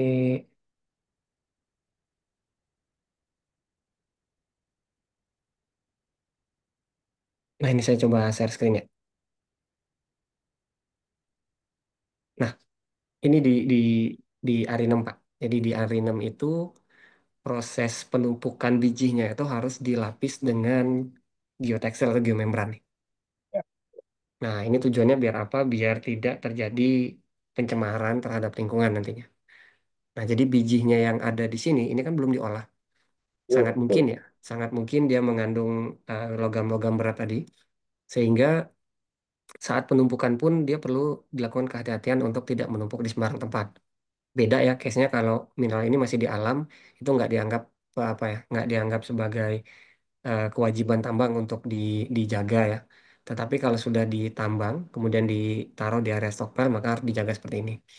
Nah, kemudian tadi eh, apa mineral-mineral tertentu ataupun unsur-unsur tertentu yang ikut masuk ke dalam proses pengolahannya, pengolahan emas, itu biasanya udah dipisahkan dulu, Pak. Dipisahkan sejak awal. Makanya nanti dalam proses pengolahan itu nggak cuma menggunakan satu hal ya, misalnya apakah cuma di grinding, kemudian cuma di apa pakai apa namanya ampli spiral misalnya gitu untuk dipisahkan secara gravity, atau bahkan ada yang dipisahkan menggunakan reagen kimia tertentu. Nah, jadi case yang diantam ini syukurnya karena dia low sulfidasi ya, low sulfidasi. Jadi mineral-mineral seperti yang Bapak bilang tadi, sinabar dan sebagainya itu sedikit hadirnya, Pak. Nah, ini tidak mempengaruhi dalam proses pengolahannya, sehingga dia cukup untuk dilakukan penghancuran kombinasi dan langsung diberikan cyanidasi. Nah, tapi dalam proses ini ada yang perlu kita pahami bahwa dalam proses cyanidasi juga sendiri ada kadang di dalam mineralisasi itu mengandung karbon, natural karbon. Nah, itu bisa mengakibatkan namanya prack rot. Prack rot itu terjadi misalnya kita udah melakukan cyanidasi, kemudian ada unsur lain yang ikut dalam proses cyanidasi tadi dan emasnya itu Hmm. terikat kembali ke dalam karbon. Nah, ini harus dipisahkan lagi. Nah, itu sebenarnya mirip dengan kasus yang Bapak bilang tadi. Kalau dia misalnya berikatan dengan Hg atau perak ya, nah ini akan dipisahkan kembali nanti dalam proses selanjutnya. Nah, jadi dia akan melalui dua proses kimiawi yang berbeda, Pak. Tujuannya karena apa? Reagen yang digunakan juga akan berbeda nantinya. Tujuannya untuk Ya, memisahkan kondisi kimia yang berbeda gitu, Pak. oke, baik, baik, Ya, baik, Pak. Terima kasih, Pak, iya, ya informasinya. sama-sama Pak Erik. Ya ini kebetulan ada fotonya tadi diantam seperti ini. Oke. Baiklah, untuk pertanyaannya sudah menjawab ya, Pak. Ya ini Oke, saya sambil sharing gambar-gambar ya. Dilanjut ya Silvi. iya, siap, Pak. Oke, kami masih menunggu untuk para peserta yang lain yang ingin bertanya, bisa langsung di kolom chat atau raise hand.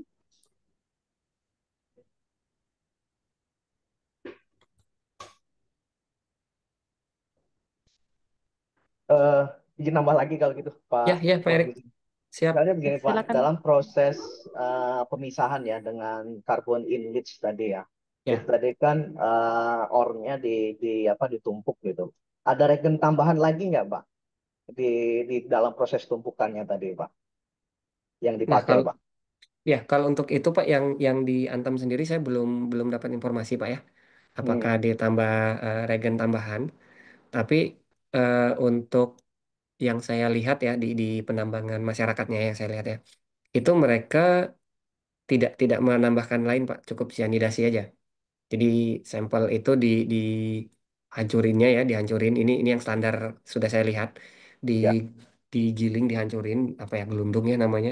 Kemudian dimasukkan ke dalam tong, dalam drum ya, dalam drum. ya. Kemudian direndam Pak sama mereka, direndam di sana. Hmm, Nah, kemudian nanti diambil apa ya, direndam. Rendam ini ada dua jenis Pak. Ada yang direndam saja, kemudian nanti udah 2 minggu hasil rendamannya cairannya baru ya. disaring. Ada juga yang disemprotin ulang, disemprotin terus. Jadi airnya disirkulasi, disirkulasi. Sehingga nanti terakhir apa didapatkan air yang memang pekat untuk mengandung mineralisasi yang dicari. Nah, kemudian terakhir nanti mereka baru apa ya memeras ya, membakarnya biar dia jadi kering. Kemudian itu terakhir diikat lagi. Sorry, sebelum itu diikat dulu dengan karbon ya, biar terikat si emasnya dengan karbon yang dari larutan tadi. Kemudian baru dibakar. Nah, dibakarnya tujuannya untuk menghilangkan karbon tadi, sehingga nanti tersisalah emasnya yang sudah murni itu. Nah, selama Hmm, proses itu saya tanya, mereka tidak menambahkan reagen tambahan, Pak. Jadi prosesnya hmm, cukup dengan sianidasi aja. ya, ya, ya, ya. Oke, baik. Artinya kan pergeseran ekstraksi kan sekarang udah mulai pakai eh, Bio. CIL semua ya, Pak Oh, ya. Jadi CL ya. ya, jadi terakhir mungkin yang mungkin menggunakan flotasi ini mungkin yang aman mineral ya, aman mineral Ya, yang di Aceh dengan ya, Pak ya. Di aman Medan. mineral. Bukan, bukan Pak, yang di ini Pak, Nusa Tenggara Barat Pak, Oh, NTB. oke, yang di NTB ya. Ya dulunya Newmont, dulunya Newmont. Tapi sekarang semuanya sudah pakai metode CIL. Hmm. Nah, kira-kira apa sih sebetulnya Pak pilihannya? Kenapa ada yang pilih? Kenapa metode flotasi nggak dipakai lagi di banyak-banyak perusahaan? Ataukah faktor ekonomisnya atau memang faktor dari grade grade apa namanya grade biji ore-nya gitu Pak? Yang sehingga notabene untuk maksimal ya berarti pakainya SCIL nih gitu, tidak pakai flotasi gitu. Ya, oke Pak. Jadi sepemahaman saya yang saya dapatkan di kampus, kalau flotasi kan itu berarti kita akan memisahkan berdasarkan berat jenis ya yang diberikan Ya. reagen. Nanti dia ada yang hidrofilik atau hidrofobik ya, dia mengapung, ada yang melayang ataupun terendam. Nah, itu kan bisa dilakukan untuk tadi yang saya jelasin bahwa mineral bijinya itu udah terbebas sekali Pak. Nah, dia bisa Oh, bisa dipisahkan dengan itu. Tapi dengan kondisi-kondisi tertentu, kalau dia masih ada kadar emasnya, tapi dipisahkan dengan tadi flotasi, dia terendam ke bawah karena berikatan dengan logam lain. Nah, sehingga jadi hmm, tailing ya Pak ya, jadi tailing, ya, ya dibuang. gitu. Nah, makanya tailing ini pun bisa di CIL kembali atau di leach test kembali. Sebenarnya tujuannya untuk ya melepaskan dengan proses kimia. Kalau tadi kan mungkin sebenarnya lebih ke fisik ya, kali ini lebih ke kimia, sehingga kenapa lebih trennya ke arah penggunaan cyanida ataupun proses leaching itu karena itu tadi Pak. Jadi hasil recovery-nya itu lebih baik Hmm, gitu. Tapi oke. tapi kan membutuhkan reagen yang cukup banyak. Nah, maka Betul. flotasi ini digunakan untuk tahap awal, kemudian beberapa mineral yang belum lepas itu baru dilanjutkan dengan proses sianidasi. Gitu. Jadi tetap tetap bisa bertahap, Pak. Proses metalurgi ini bisa Bertahap ya. bisa bertahap. Nah, Oke, baik. siap. Baik, terima kasih Bapak atas pertanyaan dan jawabannya. Selanjutnya ini ada di kolom chat Pak, untuk pertanyaan di kolom chat. Bagaimana caranya untuk pemulihan tanah lingkungan dari hasil penggerukan pertambangannya Pak? Wah ya, ini sebenarnya nggak bidang saya, tapi saya coba jawab secara umum ya. Jadi memang ada ya beberapa pertanyaan mungkin dianggap nambang ini, nah ini sedikit sambil ini ya brainstorming ya buat teman-teman semua yang ngambil apa ngambil keilmuan di pertambangan. Jadi mungkin ada orang bilang eh, harus dipulihkan ya tanahnya ya. Nah pertanyaannya adalah pertama, apakah tanah itu memang benar rusak? Itu dulu yang harus dijawab sebenarnya. Dalam kita menambang itu apakah tanah itu rusak? Gitu. Jadi rusak tidaknya itu tergantung perencanaan kita di awal penambangannya. Apakah tanahnya akan ditumpuk sembarangan atau ditumpuk berdasarkan karakteristik tanahnya ya. Ini mungkin orang-orang yang mengerti tentang soil ya untuk menumpukan. Nah, sehingga kalau pertanyaannya gimana caranya kita untuk melakukan pemulihan tanah lingkungan dari hasil pengerukan tambang? Ya, kita sebenarnya tinggal mengikuti dokumen yang sudah disetujui di awal. Yaitu makanya ada dokumen AMDAL namanya. Analisis mengenai dampak lingkungan atau kalau tambangnya kecil itu KLPL ya. Nah, dokumen itu sudah ditelaah oleh pihak lingkungan hidup. Jadi harusnya tidak ada yang namanya kerusakan dari hasil proses penambangan. Jadi kita mengembalikannya seperti apa? Ya tergantung ya. Kondisi tanah di sana seperti apa. Misalnya proses ini kembali ke bahasanya reklamasi ya. Jadi proses reklamasinya tujuannya buat apa dulu? Kalau tujuannya tadi buat di penghijauan ya atau reboisasi kembali, ya maka tanah yang kita pisahkan yang kadar unsur haranya yang tinggi itu harus disebar lagi di bagian atas, misalnya seperti itu. Kemudian kalau kita ingin ngejarnya dalam bentuk geoteknya yang aman, berarti kita harus memisahkan nih mana yang sifatnya pasiran, mana yang lempungan. Kemudian juga, nah ini ada ini ada penelitian S3 di sini ya. Itu tentang bagaimana apa sih uranium ya, uranium atau sekarang kita mau coba ke apa penggunaan uranium ya untuk pembangkit listrik misalnya gitu. Nah, limbahnya mau di gimanain buangnya gitu. Nah, maka harus diketahui sifat si material penutupnya. Apakah dia bisa meloloskan air atau tidak, misalnya gitu. Kemudian urutan dari penimbunannya seperti apa? Mungkin di bagian bawahnya kita taruh sebagai basement awal, lapisan yang tidak tembus air. Kemudian baru material yang mau kita buang yang mungkin berbahaya ya, nanti memberikan dampak terhadap lingkungan. Kemudian tutup kembali dengan material yang bersifat impermeable.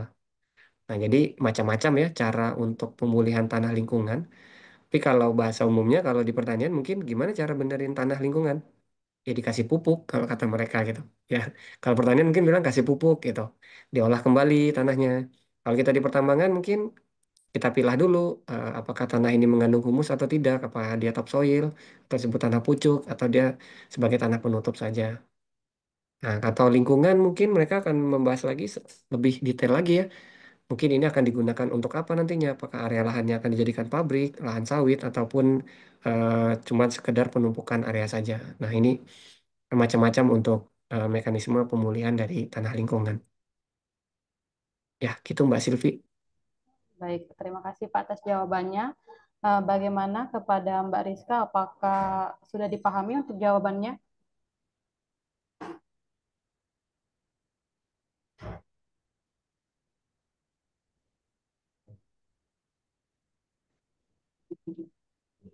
Sudah Kak. Oke, untuk pertanyaannya sudah menjawab ya Mbak. Oke, mungkin kami masih menunggu untuk satu pertanyaan terakhir. Bagi peserta yang ingin bertanya, silakan chat di kolom chat atau langsung raise hand.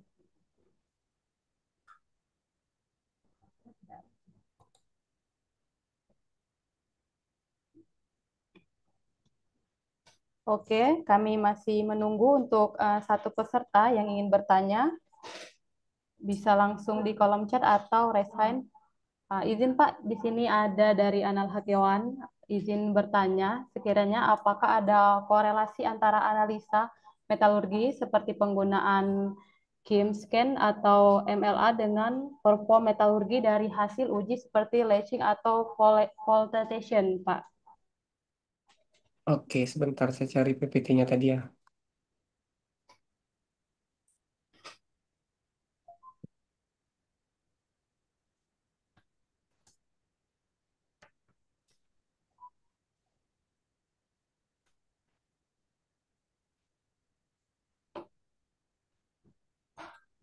Ya, ini ya. Tadi ada analisa scan misalnya. Jadi pertanyaannya, apakah ada korelasi antara analisis metalurgi seperti penggunaan scan dengan performa metalurgi?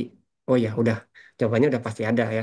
Karena ini dijadikan input awal untuk model nantinya. Jadi scan ini seperti apa sih sistemnya? Jadi scan ini tambahan ya. MLA ini, Mineral Liberation Analysis atau scan ini tambahan pada pengujian SEM misalnya. Jadi kita dari suatu gambar itu dia akan melakukan apa ya? Analisa otomatis gitu ya. Analisa otomatis. Jadi dia bisa memberikan bukan langsung jawaban ya, tapi prediksi ya. Prediksi mineral apa yang dia lihat berdasarkan eh, warnanya misalnya, terus kecerahan dan lain sebagainya. Nah, sehingga itu pasti akan berpengaruh terhadap rencana pengujian lanjutannya. Tuh. Mas siap lanjut. Ya, gitu Mbak Anahak. Baik, terima kasih banyak, Pak. Untuk pertanyaannya sudah menjawab ya, Mbak Anahat. Sudah, Mbak. Baiklah, mungkin kita cukupkan untuk sesi tanya jawabnya karena sudah mau mendekati waktu istirahat atau waktu zuhur.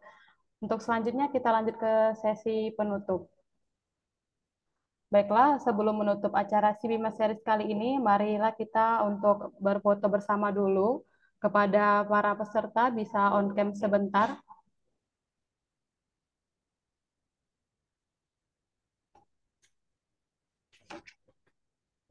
Karena ada 3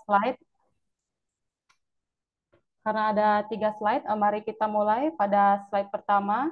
Saya akan menghitung mundur. Baiklah, 3, 2, 1. Selanjutnya untuk slide kedua.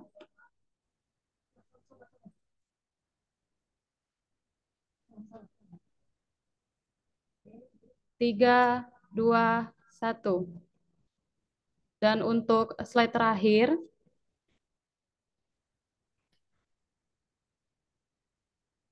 3, 2, 1. Baiklah, terima kasih kepada teman-teman yang sudah bergabung pada acara kita hari ini, yaitu Sibima Series ke-37 dengan tema Peran Mineralogi dan Biokimia dalam Membangun Model Geometalurgi, Studi Awal Deposit Arinem, Jawa Barat. Baiklah, untuk menutup acara kita pada hari ini, marilah kita melafazkan hamdalah. Alhamdulillahirrahmanirrahim. Alhamdulillah. Baiklah, bagi teman-teman yang ingin upgrade skill software pertambangan, dalam waktu dekat ini si Bima Training and Development akan hadir dengan pelatihan software Vulkan dan dashboard mining. Untuk info lebih lanjut mengenai program-program dari Bima Sabartum, seperti webinar yang kita adakan sekarang ini, dan training and development lainnya dapat dilihat di Instagram kita, yaitu follow @bima.sabartum.